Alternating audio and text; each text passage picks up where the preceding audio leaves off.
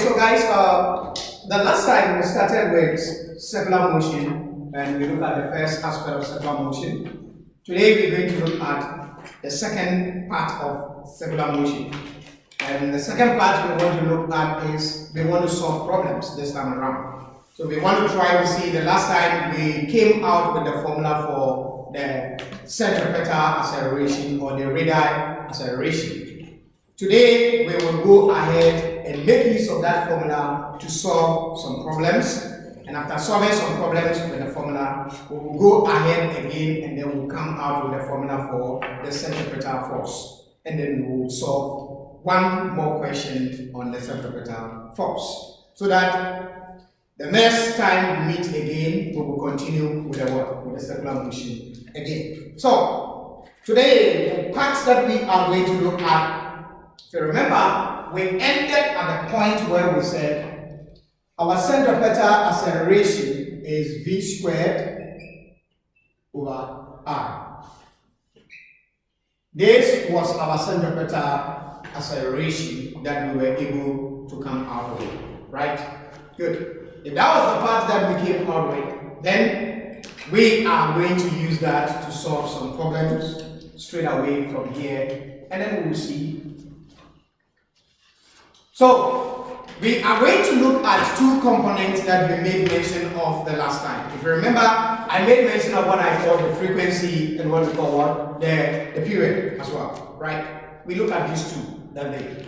And I said to you that when we talk about the period, we are talking about the number of what? Revolutions, or the number of circles that you make per second.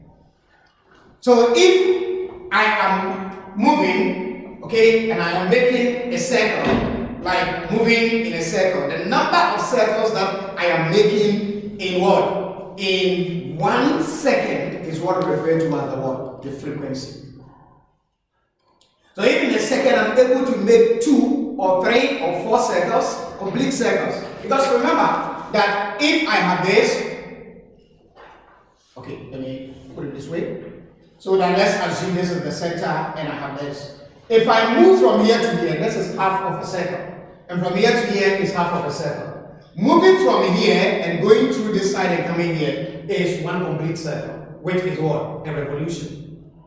Are we okay? If I complete that within a second, that means that my frequency is what? 1. Are we okay? Good. Now, the unit of frequency is what? Is Hertz. Hertz. Z. H. Z. This. That is the unit of our frequency.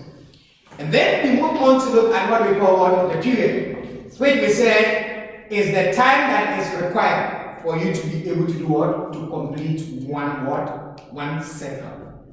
The time it will take you to complete 1 circle is what referred to as what? A period. Now, if the time it takes you to complete 1 circle is referred to as a period, that means that the period is related to what? To the frequency. Because the frequency is the number of circles we are making in a second. And the period is the time it takes you to complete what? 1 circle. So therefore, we can say that our period, which is t, is equals to 1 over f. 1 over f. And this becomes the period. Now, the period we can also relate it from here and find our frequency. So if we are given the period in a question, we can find the frequency by just what? Making the frequency the subject of relation. And that means that our frequency will also be equal to what? 1 over the what? The period. This as well. Are we okay? Are we okay? Good. Now let's try and move ahead to see something a little here. Now we have come out with all these formulas. One thing that we need to understand here is we are trying to find, because from our formula that we have worked with the last time, we said that our centripetal or the radial acceleration is velocity squared over what? Over r. The r is telling us about what? The distance or the displacement in this situation. And now the V is telling us about what? The velocity. Now, let's try and see. We are talking about circular motion. And once we are talking about circular motion, and we said it is what? A uniform circular motion. Uniform simply tells us that our velocity is what? Constant. So if the velocity is constant, then we can say that our V, we can say that the V will be equal to what? D over T. Right? D over T. So if V is equals to D over T, what is the D? Our D is equals to theta what? R. That is when we have the angle in radians, we multiply the angle by the what? By the distance that we have covered. That will be equals to what? The D, which is the displacement in this case. Okay? Yes. And now from here, what is theta? That is the thing that we need to come out with. Well, if you remember, this is a complete circle, right? So if I move from here to here, in terms of radian, half of a circle is what? Is pi. Because this is representing the what? The circumference, right? So like pi of that, half of that. So pi will be for half of this side and pi will be for half of this side. Therefore, if we are talking about the theta here, the theta is representing what? 2 pi. So theta is now 2 pi. If theta is representing 2 pi, then we can simply say d is equals to what? 2 pi r. And if d is equals to 2 pi r, then what is going to be our v? 2 pi r over t. 2 pi r over t. over t. So we are going to have that to become, v is now going to be 2 pi r over t. But now, what is the t? What is t? Time. And what is time in terms of the circular motion? That is the period. So if that is the period, then we can also say that what? T, this small t, our small t is now equal to what? The capital T. Right? So therefore, I can go back and say that what? My V is now equals to 2 pi r over what? Over capital T. And that becomes the velocity. And if that is the velocity, I can go back and say that my radial acceleration is therefore equals to what? 2 pi r over t, okay? 2 pi I over t squared divided by what? R. Right? And with this, you can simplify and find other formulas for that. Because if you simplify this is going to give us 4 squared, pi squared, and this will be r squared, but there's r here, so r will divide r, and then we get t squared. So finally, this can be transformed to 4 pi squared r over what? Over t squared. And that can become what? The radial acceleration as well. Any question? Any question?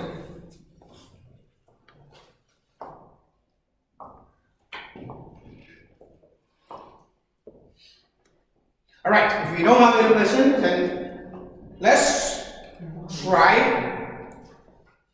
and see what I have just shown to you right now. That is just what I have on my screen. Okay, and let's try with one problem here.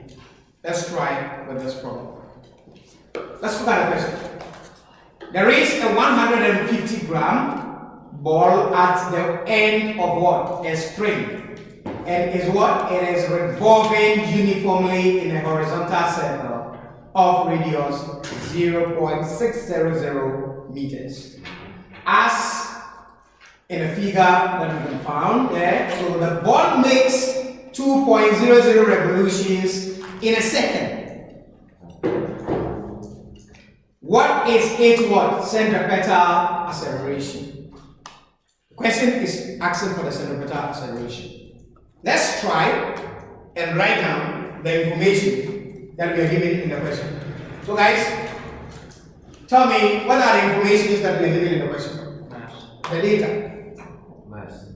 The mass, okay. The mass is given as what? 150. I mean the value. What is the value? 150 grams. So we need to convert that into what? Kilogram. And what is that going to give to us? 0.15. 0.150 kilograms. Okay. What else is given in the question? The radius. So the radius is our R, which is 0.600 meters. What else is given? Frequency. Is that the frequency given? Yeah. As what? 2 revolutions per second. So 2.00 seconds, right? Revolution per second. Okay, so 2.00 revolution per second. Hertz. Now let's check and see. This revolution per second is the what? Our hertz. So we can say 2.00 what? Hertz. And now, what do we need to do?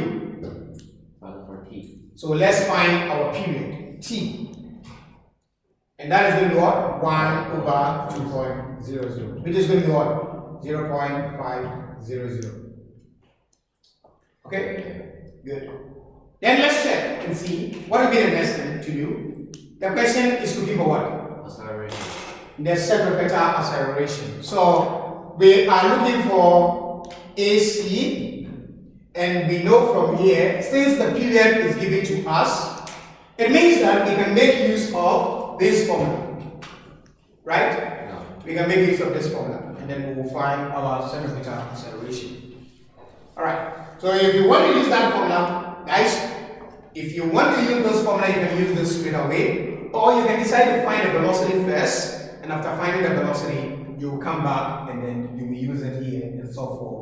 And use it in this formula and so forth, our AC. But I am going to make use of this formula straightforward. Okay? Alright. So if we make use of that formula, we are going to have 4 pi squared r over t squared. Now, let's get something. What is the value of pi? What is the value of pi? 3.141. Okay, so 3.141, right? That is not the exact one, isn't it? So, and we are now going to use that value into this, so we don't need to use that exact value of 3.141. Okay? So, or using 22 over 7. The only thing is that we can find that on the what? On the calculator. Pi on the calculator. So just use the pi on the calculator, and then straight away it's going to give you the right answer. So I am going to do that, and that is going to give me 4 multiplied by pi squared multiplied by r is now 0.600, and then we are dividing that by the period, which is 0.500 squared. What do you got as your answer? 94.75. 941748. Are you sure? Guys, check for me. Another person. 对吧？ Cross check. 是方的，下面是记方。 56. All radius. Yeah, what do you get, guys? 我上次这个和你一样的，是吧？ Radius. Just substitute the value there, Jerry, and then just give me the answer. Substitute the value. Yes.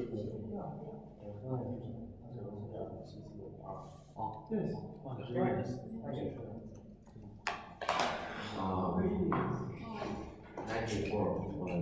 is what? 94. 94. Yeah. So 94.7482. 7482. Alright, we can leave it in the correct set fig, okay? So if you are leaving this in the correct set fig, what do we have? 94. Yeah? 94.7 meters per second squared is an acceleration. And straight away, we do that, and then we have the answer. Are we okay? Yes. Any question about this? Anyone have a problem?